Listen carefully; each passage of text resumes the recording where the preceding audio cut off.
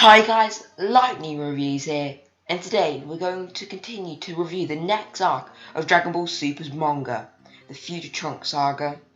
We're going to do it the same as last time, using the same categories as last time: plot, fights, characters, things to be expanded upon, and a new category, enter scene analysis, where we will analyse a scene. Anyways, without further ado, let's begin! Okay, so let's go into the first category, plot. First we'll summarise the plot, then I'll go over its benefits and its negatives. Let's begin! This story takes place after the Universe 6 tournament. In Future Trunks' timeline, a being known as Goku Black terrorized the Earth, killing many like the androids before him. Trunks escapes to the future. Just kidding, the past. Exhausted and on the brink of death. After he wakes up in the Z-Fighter's presence, us under them about how Trunks defeated Bobbidi and Deborah. In Universe 10, Zamos, after seeing a barbarian society, is set on his zero mortal plan. After Trunks explains the situation, they go through a list of suspects. After Kibito tells them Zamos had visited Zuno, asking how to switch bodies with mortals, he becomes the obvious culprit. Whis and Beerus go to Universe 10 and wait for Zamos. Whilst that happens, Goku, Vegeta and Trunks go to the future to fight Goku Black. Vegeta nearly won, but a version of Zamasu saved Goku Black, and with that, Goku and Vegeta lost. Forced to hide. Once Goku and Vegeta were healed, they used Trunks and Mai's decoys as they escaped back to the past. When Goku learned some Fuba, whilst Vegeta went into the hyperbolic time chamber for a day, and in this hyperbolic time chamber a year. In the future, Mai and Trunks are saved by the Kais. Gowasu, a day later, goes back to try turn Goku Black good, but can't. Goku and Vegeta return, starting a massive fight. During, Trunks found he had healing abilities after being an apprentice Kai, which he used on Goku. In the end, they lost, which forced them to summon Zeno from the future, so it's not the one Goku's made friends with, who destroys Trunks' timeline and Zamasu with it. Which with that ends the summary. So let's now go on to pros and cons. First, let's start with the con. This plot is very contrived, confusing due to messy parallel worlds and time travel, mainly with Zamasu. Let's take a full page in the manga, not using the characters to explain the plot, but that's using an entire page just to explain all of this, because it's so confusing. They use lots of parallel worlds and such, which they don't explain too much, and it gets confusing fast. Especially with Zamasu from the future, well, not from the future, from the present or past, being erased. But then Goku Black and another version of Zamasu are still here. It's just a very messy plot. Next, this is a completely useless arc. If we remove this arc, then not really much changes, to be honest. And this arc was pointless anyways, because Zeno destroys Future Trunks' timeline. And that begs the question, what was the point? What was the point of me reading? Because basically, there was no point rooting for Trunks to save his timeline, because it got destroyed in the end. What was the point? Anyways, next. Well, not next. The next one is a pro. It is good at starting to introduce other universes. I think so far, Dragon Ball Super slowly but surely been introducing the other universes. But with the ton of power on the horizon, I think they might break that trend. But yeah, currently they've introduced Universe 6 and 10. I wish they would have gone a bit more into Universe 10, but they focus on the key players well enough. And anyways, with that, the plot section of this video. So, our next category is fights. First we'll go over all the fights. Trunks vs Goku Black first. Goku vs Trunks. Trunks vs Deborah. Kirito vs Zamos. Barberry vs Zamos. Vegeta vs Goku Black. Beerus vs Zamos. Goku vs Zamos. Powered up Goku Black vs Vegeta. Trunks v Goku Black. Second. Vegeta vs Goku Black. Zamos v Goku. Vegeta and Goku vs Fuse Zamos. Vegeta versus... I'm sorry, not Vegeta. Vegirot.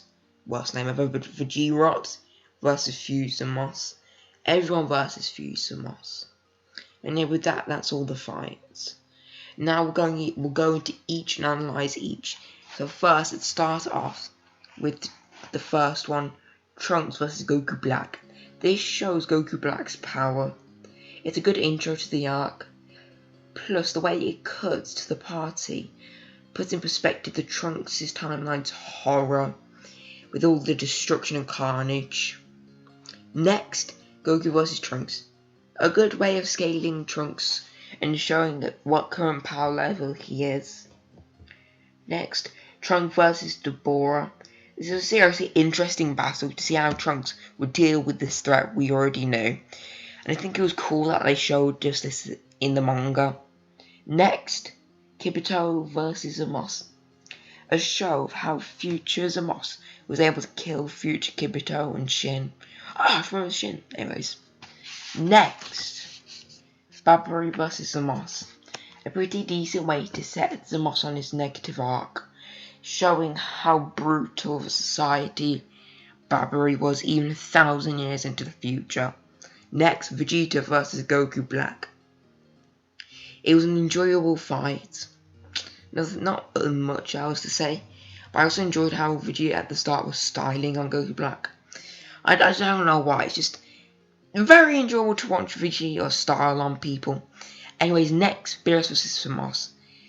This is where the plot starts to get confusing with past or present Zamos getting erased. It starts to beg some questions. Anyways, next, Goku vs Zamos. Continues to make the plot more complicated. Next, powered up Goku Black vs Vegeta. A nice reminder of Zenkai is the way Goku Black receives one, but I think later on it's unfair that Goku and Vegeta can't receive at least small Zenkai boosts. I get Zenkai boosts and stuff being taken out and all this other stuff, but if you're gonna set a reminder, which was nice, then you should probably keep consistent or to not bring up the reminder. Anyways, next, Trunks vs Goku Black. I enjoyed watching Trunks' desperation and eventually giving up. I think Trunks giving up, in my opinion, was powerful at the same time. I don't think it should have happened there. Trunks has gone through a lot. And him accepting his own fate and death was a powerful scene, in my opinion. The way he just tells Mai to back off and everything. Of course it was to protect her. But still, I seriously enjoyed that. But he's already gone through a lot, as I already stated. So I think it should have took a bit more to break him than just that. But all in all, this was an enjoyable fight. Next, Vegeta vs Goku Black.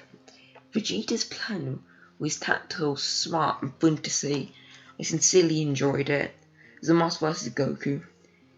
Seeing and using the Mafuba was a great callback, and one of the smartest things Goku's done in this entire Dragon Ball Super series. Anyways, next, Vegeta and Goku vs Fuse Zamasu. I felt like using the Potara felt like it fit here. The villain being an apprentice Kai, this felt like a classical Dragon Ball fight. Next, Vegirot, or Vegito, versus Fuse Zamos. Why they didn't just call him Vegito, I shall never understand.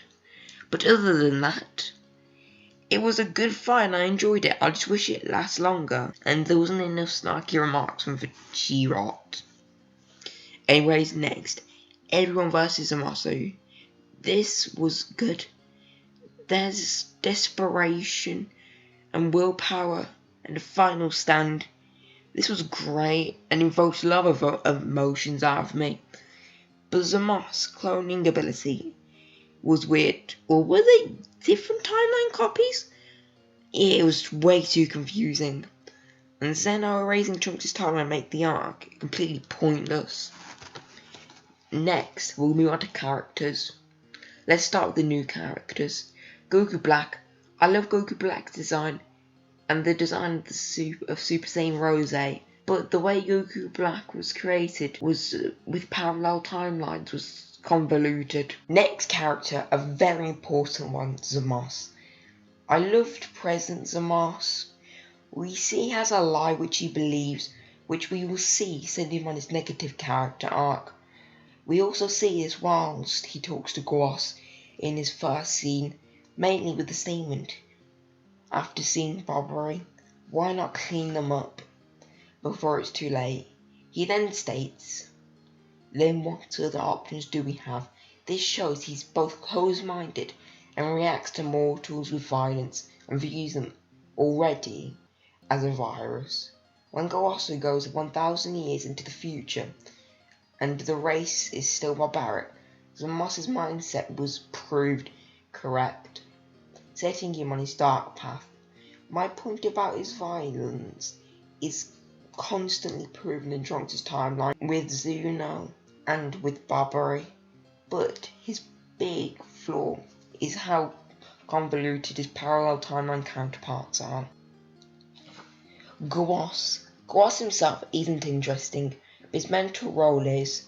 He mainly seemed to train Zamos physically.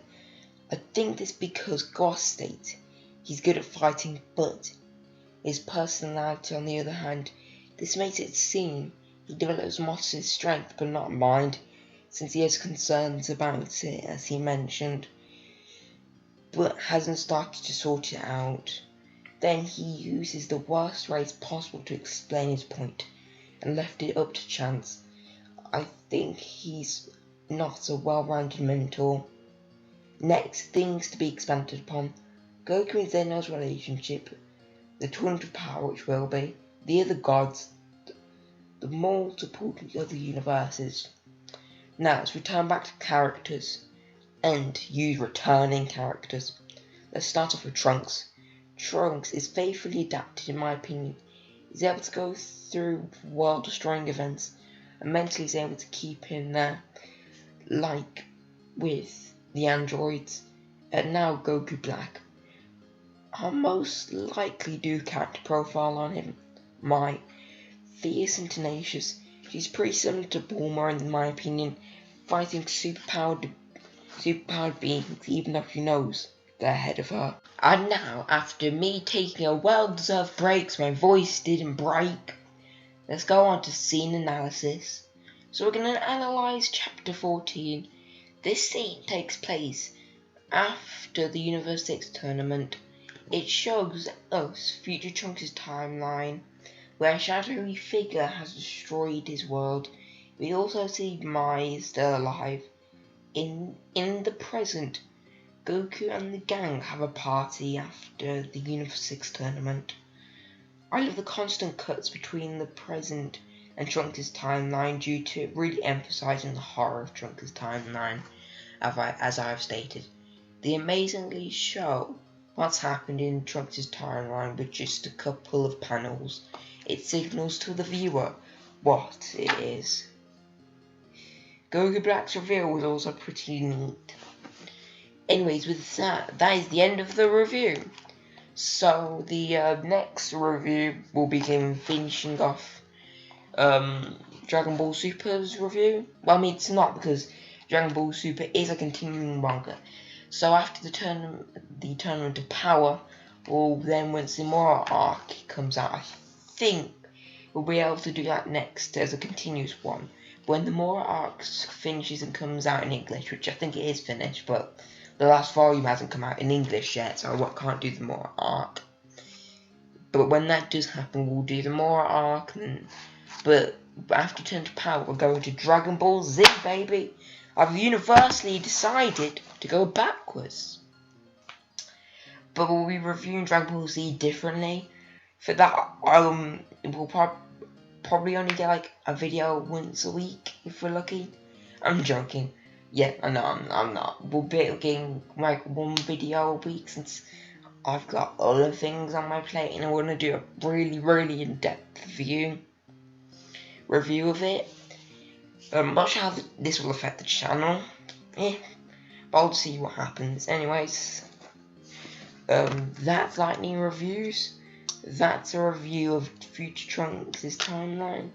And with that, that's the end of the video. Lightning Reviews out!